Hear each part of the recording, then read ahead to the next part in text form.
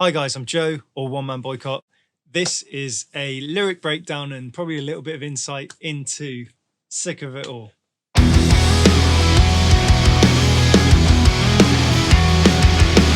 Okay, so Sick of It All. One of my favorite videos I've ever been a part of, the music video, because it's such a nostalgic video for me. And I watched it a couple of days ago and it actually made me feel a little bit sad because of where I'm at right now. Hopefully things will change in 2021 and moving forward with Patreon, the way that I'm trying to get things set up so that I've got more of a robust foundation of my music, so that what happened a couple of years ago will never hopefully have to happen again, and I can go out and play band shows and tours and stuff like that again. Obviously I'll be doing my own thing always from now on, because I've made that mistake too many times in the past where I've shut the door on my solo stuff to have a band or work on a band, and I'm not doing it again. So that's always going to be a feature. But yeah, it makes me feel a little bit sad because it was such a good time. Not just on that specific video when we headlined at this festival in Germany, but the whole time of that, it was like exciting and things were happening. But I think that will change around as well. And I think it's partly down to me being out of the game for 2 years. So I need to, keep on keeping on. So anyway, again, I've ranted every video. This is good. You love a rant, don't you? That's why you tune in, for the rant. Okay, Sick of It All.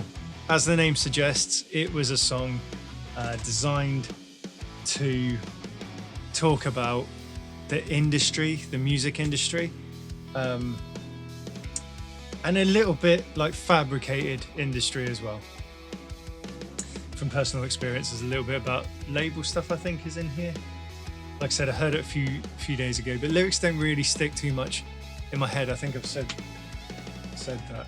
It's only when I'm singing something, it kind of like you grab the next line as it's coming at you. It's that kind of, I don't have like a bigger picture of like, oh, jump in here and it's this and it's that. It's not who I am. It's not how I work. Anyway, I'm so sick of not being good enough, not having answers to the questions you ask, and your timing couldn't be better. If you let me, then I'll tell you. It's about industry straight away. Being like, I'm thinking I'm clearly not good enough to be on a level with anyone that's making any kind of living out of music, which is wrong, and I've learnt that since then. But it's an insecurity that is always going to be there, and I've learned to live with that. Yeah, not having answers to the questions you asked, like planning questions, things that basically are to do with not being a musician, things that are to do with being a businessman. It's not part of being a musician, so yeah, that's that line. Your timing can be better. If you let me, then I'll tell you. That's me talking about the timing of having, like, oh, do you want to do this tour, or do you want to do this photo shoot, or do you want to, I was going to say sign this deal, but I've learned a lot since the last couple of times. But yeah, that kind of thinking is that now is always the right time. What's that saying? The second best timing is now. And it carries into the next line of how I'm so fed up with no honesty and the lack of your humility. It's just poking at the industry again.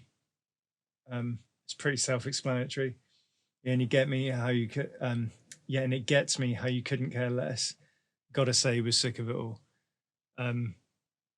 It kind of is it gets me how you couldn't care less. There's two things. One, I'm sick of Americans singing or saying could care less. Well, so you care then. That means you care if you say you could care less. So I had to get a song that says couldn't care less in it, just for my own sanity. And then we've got to say we're sick of it all. It's obviously it's the hook of the song is sick of it all. So saying the lack of your humility and it gets me and all the rest of that kind of stuff, it's saying it gets me how you couldn't care less of how you can put in so much time, effort, money, sacrifices, everything like that, and arguably do better work than people that are getting paid and recognized for stuff. for their art. And yet no one can give a shit about what you've done over the past year to get to that stage. If you're looking at this, I think that's Thunder, maybe that came through. If you look at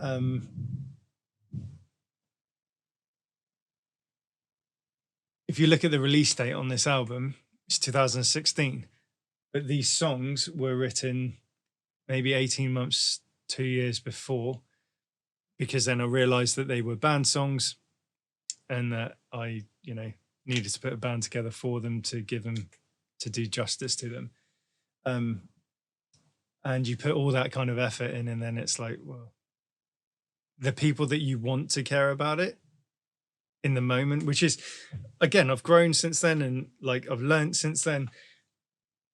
But you're like, yeah, if I just make the best thing I can make, people will care in the industry, and you'll get better tours, and you'll get better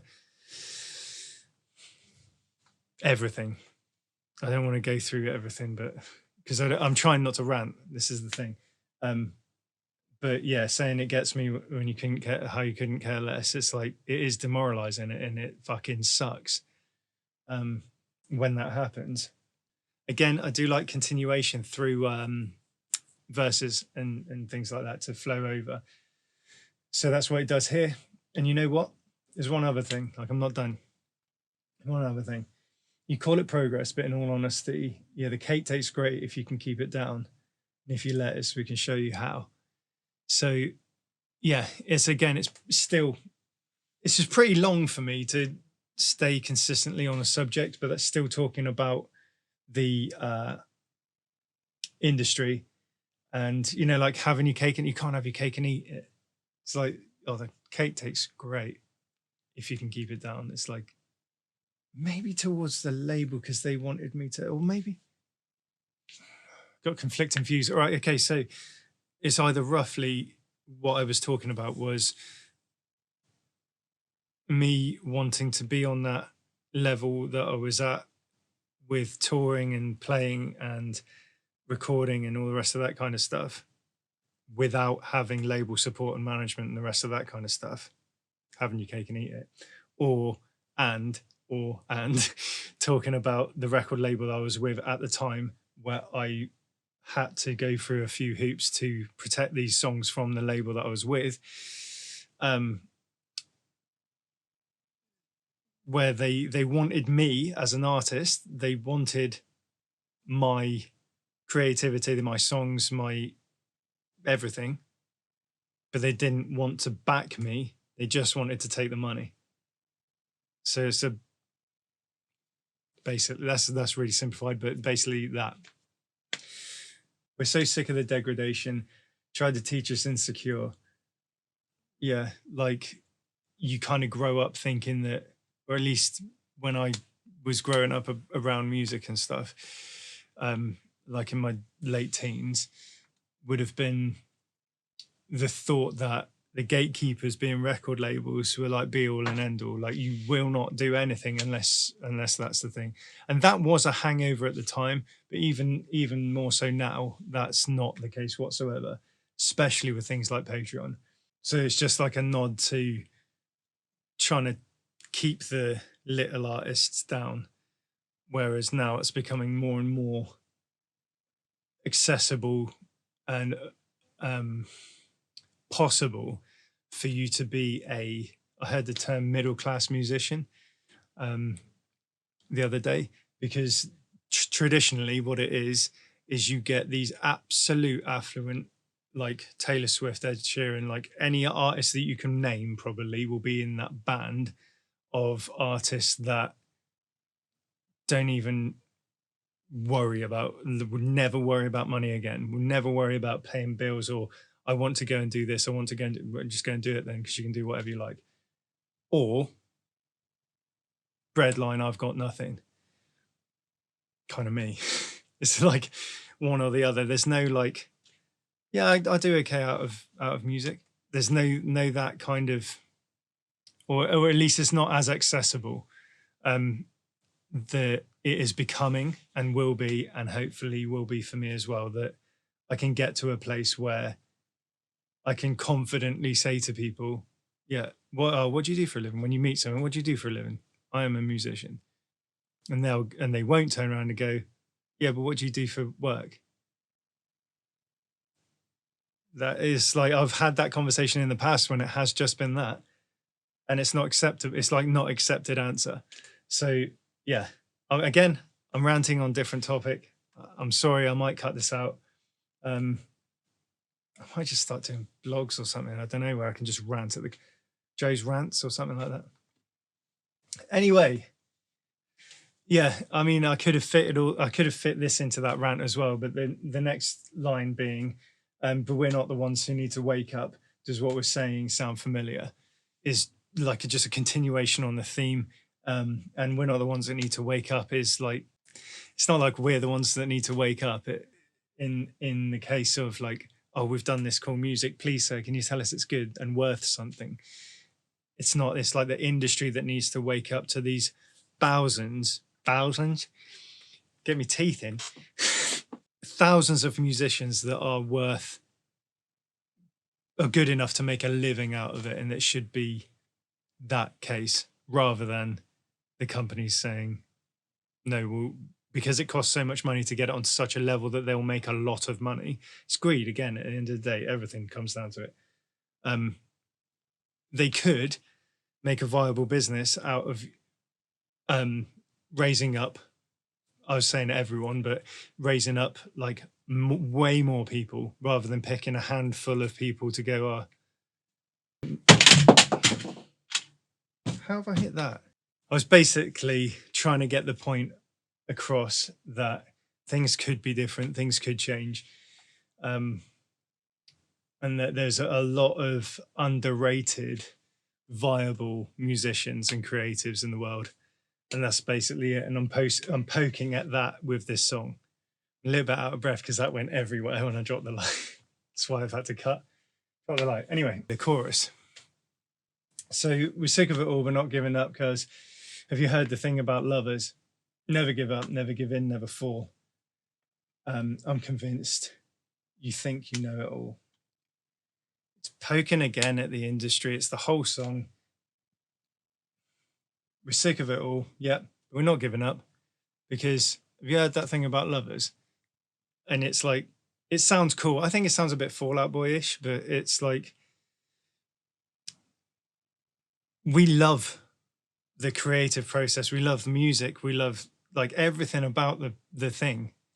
So we're not going to give up on it. We're just sick of that specific.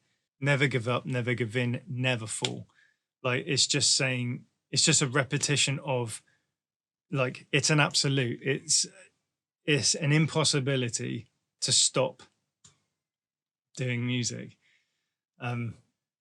I just laugh then because of obviously the last 2 years I've done such a minimal thing, but I have played in both of those years. So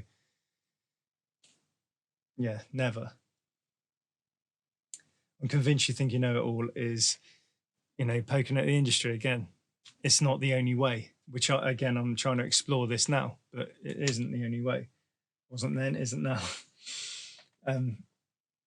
Sick of it all, we're not giving up, because yeah, we know the thing, we're the lovers. Some people mishear that line. You can read it online, it's on Bandcamp.